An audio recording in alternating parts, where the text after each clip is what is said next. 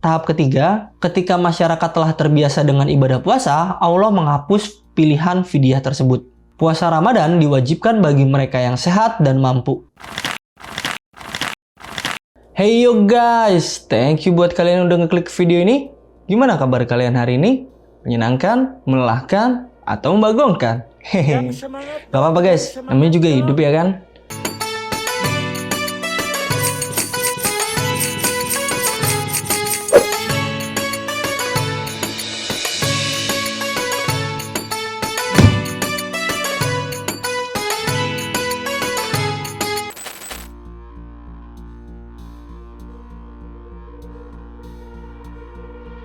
Gimana nih puasanya? Udah ada yang bolong belum? Hehe. Tetap semangat guys puasanya guys. Supaya kita meraih kemenangan yang penuh berkah. Nah, karena kita lagi di bulan puasa atau bulan Ramadan, dan khususnya nih bagi umat muslim, jadi gue mau bahas sejarah kenapa sih diwajibkan puasa di bulan Ramadan. Ada yang udah tahu apa belum nih? Gimana awalnya perintah puasa Ramadan diturunkan? Dan siapa juga yang pertama kali menunaikan ibadah puasa? Yuk, tanpa babi bu, kita masuk ke dalam pembahasan di video ini. Jadi guys, sebagai salah satu rukun Islam yang dikerjakan satu kali dalam satu tahun, ternyata memiliki sejarah yang cukup panjang dan juga unik. Umur ibadah puasa sama tuanya dengan umur manusia, karena merupakan salah satu dari 3 ibadah tua lainnya, selain dari sholat dan juga kurban.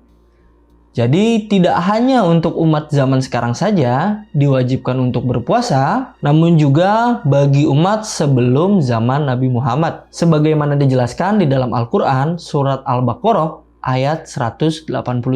Hai orang-orang yang beriman, diwajibkan atas kamu berpuasa sebagaimana diwajibkan atas orang-orang lain sebelum kamu agar kamu bertakwa. Dikisahkan dalam tafsir Ibnu Katsir bahwa pelaksanaan puasa pertama kali dilaksanakan oleh Nabi Adam. Nabi Adam puasa selama 3 hari di tiap bulannya sepanjang tahun. Riwayat lain mengatakan bahwa Nabi Adam berpuasa tiap tanggal 10 Muharram sebagai ungkapan rasa syukurnya lantaran Allah telah mengizinkan bertemu atau berjumpa dengan istrinya yang bernama Siti Hawa di Jabal Rahmah Arafah. Dijelaskan dalam hadis riwayat Ibnu Abbas bahwa ketika Nabi Adam turun ke muka bumi, seluruh tubuhnya terbakar oleh matahari, sehingga tubuhnya menjadi hitam ataupun gosong. Kemudian Allah Subhanahu wa Ta'ala memberikan wahyu kepadanya untuk berpuasa selama 3 hari berturut-turut pada Ayyamul Bid, yaitu pada tanggal 13, 14, dan 15. Ketika berpuasa pada hari pertama, sepertiga badan dari Nabi Adam menjadi putih. Dan pada hari kedua, sepertiganya lagi berubah menjadi putih juga guys. Dan pada hari ketiga, seluruhnya berubah menjadi putih. Jadi, karena puasa inilah tubuh Adam yang tadinya terlihat hitam gosong, berubah menjadi putih kembali. Ada yang berpendapat bahwa puasa tersebut dinamai dengan istilah Ayyamul Bid karena malam-malam itu terang benderang disinari dengan rembulan. Dan rembulan selalu menyinari bumi sejak matahari terbenam sampai terbit kembali. Jadi sekarang puasa Ayyamul Bid merupakan puasa sunnah yang dilakukan 3 hari setiap pertengahan bulan pada kalender Hijriyah. Puasa Ayyamul Bid juga biasa disebut dengan puasa di hari-hari putih. Barang siapa yang menjalankan puasa 3 hari atau Ayyamul Bid, maka sama dengan puasa selama sebulan. Jika dilakukan setiap bulan, maka sama dengan puasa selama setahun penuh. Kalau gue mengutip dari buku sejarah puasa yang terbit di tahun 2021, karya Ustadz Ahmad Sarwat, dijelaskan tentang persyariatan puasa umat-umat terdahulu, tepatnya sebelum Islam datang.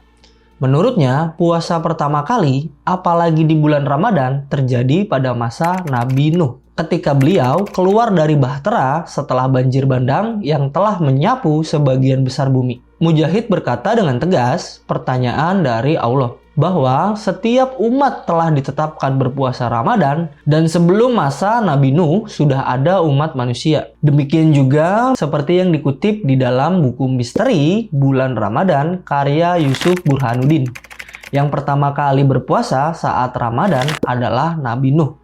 Nabi Nuh melakukannya saat turun dari perahu setelah badai menimpa negeri umatnya. Pada saat zaman Nabi Nuh, ini dilakukan sebagai tanda rasa syukur kepada Allah atas keselamatan dirinya dan juga kaumnya dari badai dan banjir yang begitu dahsyat. Nabi Ibrahim alaihissalam berpuasa ketika Raja Namrus memerintahkan pengumpul kayu bakar untuk membakar diri Nabi Ibrahim. Ketika beliau dilemparkan ke dalam api yang berkorbar, beliau dalam keadaan berpuasa sampai akhirnya Allah memerintahkan agar api itu berubah menjadi dingin dan tidak sedikit pun dapat membakar Nabi Ibrahim.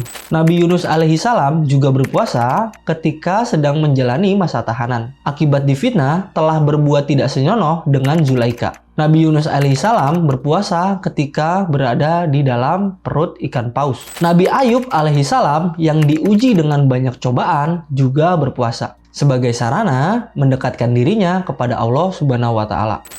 Nabi Musa alaihissalam berpuasa selama 40 hari 40 malam dalam persiapan menerima wahyu dari Allah di Bukit Sinai. Nabi Musa alaihissalam lalu berpuasa pada tanggal 10 Muharram sebagai bentuk syukurnya kepada Allah karena telah selamat dari kejaran Fir'aun. Puasa ini dikenal dengan istilah puasa Asyura. Nabi Daud alaihissalam dan umatnya mereka diwajibkan melaksanakan ibadah puasa untuk seumur hidup dengan tata cara setiap 2 hari sekali berselang, yaitu sehari puasa, besoknya tidak, dan seterusnya. Kini, umat Islam mengenalnya dengan puasa Nabi Daud, yang dikerjakan sehari puasa dan seharinya tidak. Sejarah kewajiban puasa Ramadan tidak terlepas dari peristiwa hijrah Nabi Muhammad ke negeri Yastrib atau Madinah. Sebab peristiwa tersebut merupakan titik pijak penyempurnaan syariat Islam di hari kemudian. Puasa Ramadan ini diwajibkan kepada Nabi Muhammad dan umatnya pada bulan Sya'ban 2 Hijriah. Ketika puasa pertama kali diwajibkan kepada umat Islam, puasa zaman dulu tuh sedikit berbeda guys dengan puasa pada zaman saat ini. Di antaranya, di tahapan pertama, awalnya Rasulullah berpuasa Asyura ketika masih berada di kota Mekah. Dan pada saat itu beliau tidak memerintahkan orang lain untuk melakukannya. Namun ketika beliau tiba di Madinah, beliau melihat orang-orang Yahudi melaksanakan puasa Asyura dan memuliakan hari tersebut. Maka Nabi Muhammad menanyakan kepada orang-orang Yahudi kenapa mereka menunaikan ibadah puasa Asyura. Dan orang-orang Yahudi pun berkata, ini adalah hari yang agung, yaitu hari ketika Allah menyelamatkan Nabi Musa dan menenggelamkan Fir'aun. Lalu Nabi Musa berpuasa sebagai wujud syukur kepada Allah. Maka Nabi Muhammad memerintahkan para sahabatnya untuk melakukan puasa Asyura pada tanggal 10 Muharram. Puasa Asyura diwajibkan pada masa itu. Namun setelah ada perintah kewajiban puasa Ramadan, puasa Asyura ditetapkan oleh Nabi menjadi puasa sunnah. Tahap kedua, jadi pada awalnya umat Islam diberikan pilihan antara mengerjakan puasa Ramadan atau memberikan fidyah sebagai denda jika tidak melaksanakan atau menunaikan ibadah puasa. Hal ini disebutkan di dalam Al-Quran pada surat Al-Baqarah ayat 183 sampai 184. Surat Al-Baqarah ayat 184 secara jelas memberikan pilihan kepada umat muslim yang mampu melakukan puasa untuk berpuasa atau membayar fidyah sekiranya ia memiliki beban atau kesulitan. Ketentuan ini mempertimbangkan masih banyaknya sahabat yang belum terbiasa dalam melakukan ibadah puasa. Sebagaimana yang disebutkan dalam surat Al-Baqarah ayat 184. Dan wajib bagi orang-orang berat menjalankannya, dan jika mereka tidak berpuasa harus membayar fidyah, yaitu memberi makan seorang fakir miskin. Tahap ketiga, ketika masyarakat telah terbiasa dengan ibadah puasa, Allah menghapus pilihan fidyah tersebut. Puasa Ramadan diwajibkan bagi mereka yang sehat dan mampu, namun tidak diwajibkan bagi orang yang sakit dan sedang melakukan perjalanan yang jauh guys. Hal ini berdasarkan firman Allah dalam surat Al-Baqarah ayat 185. Karena itu, barang siapa di antara kamu hadir di negeri tempat tinggalnya di bulan itu, maka hendaklah ia berpuasa pada bulan itu. Namun, pada saat itu berlaku batas akhir makan dan menggauli istri, yaitu setelah sholat isya atau sebelum tidur. Apabila seseorang yang telah berbuka di awal malam, kemudian tertidur, lalu kemudian terbangun di tengah malam, maka ia sudah tidak boleh lagi makan hingga maghrib berikutnya.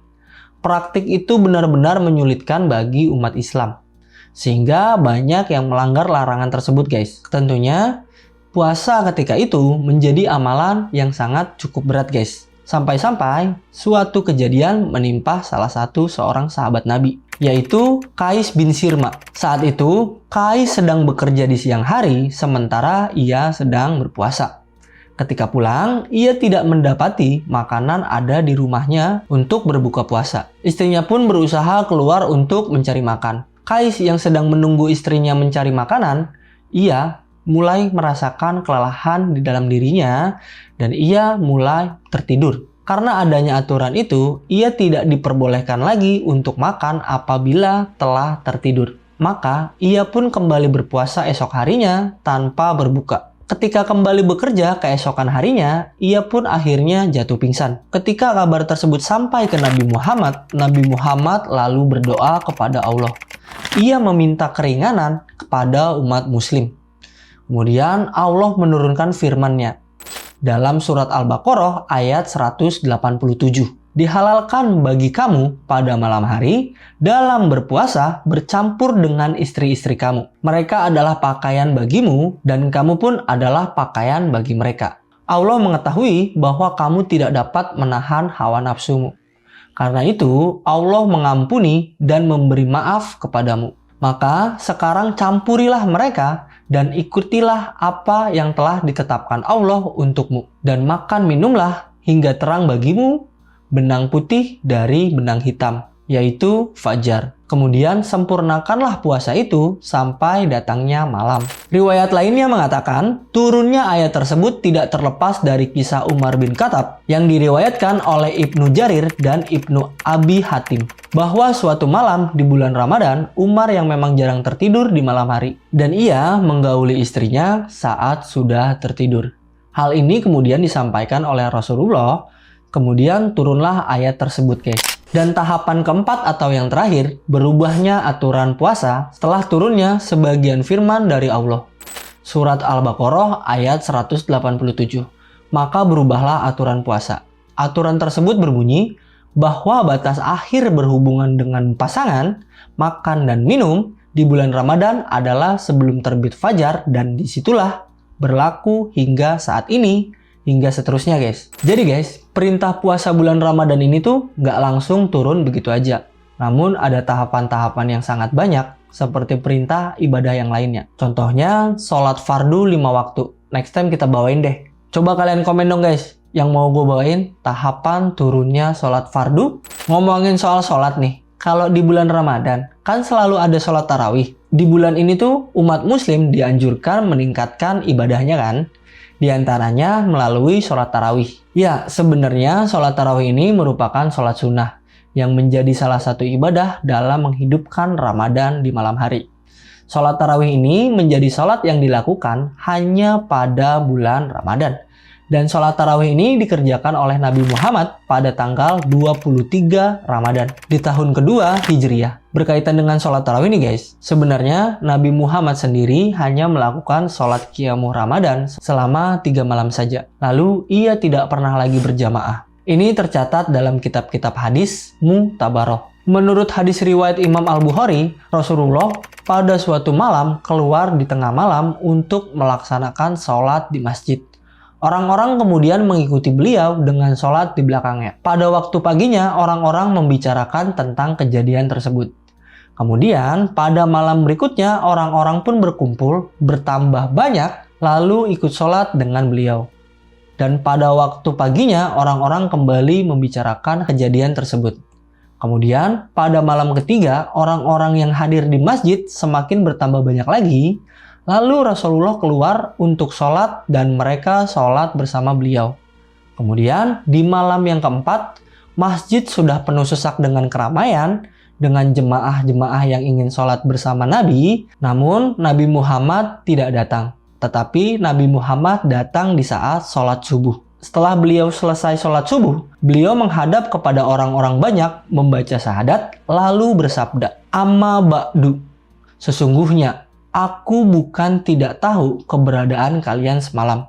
Akan tetapi, aku takut sholat tersebut akan diwajibkan atas kalian, sementara kalian tidak mampu." Peristiwa awal sholat tarawih berjamaah terjadi di masa Khalifah Umar bin Khattab. Imam tarawih pada saat itu adalah sahabat yang bernama Ubay bin Ka'ab, sebagaimana dijelaskan di dalam hadis. Pada malam Ramadan, Umar bin Khattab menuju masjid. Ternyata orang-orang sholat dengan berkelompok dan secara terpisah-pisah. Ada yang sholat sendiri, ada yang sholat dengan mengikuti makmum yang berjumlah kurang dari 10 orang. Maka Umar bin Khattab pun berkata, "Aku pikir seandainya mereka semua sholat berjamaah dengan dipimpin satu orang imam, itu akan jauh lebih baik." Kemudian Umar menetapkan keinginannya lalu mengumpulkan mereka dalam satu jamaah yang dipimpin oleh Ubay bin Ka'ab. Jadi kira-kira begitulah guys tentang asal-usul puasa Ramadan dan juga kenapa sih sholat tarawih ini dilaksanakan.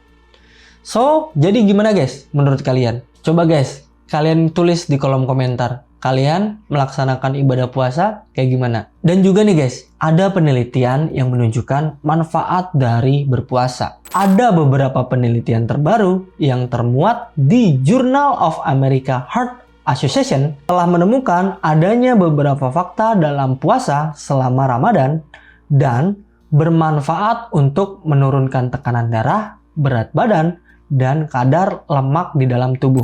So, gimana guys? Menurut kalian di konten kita kali ini, kita bahas tentang sejarah puasa, apakah bermanfaat buat kalian?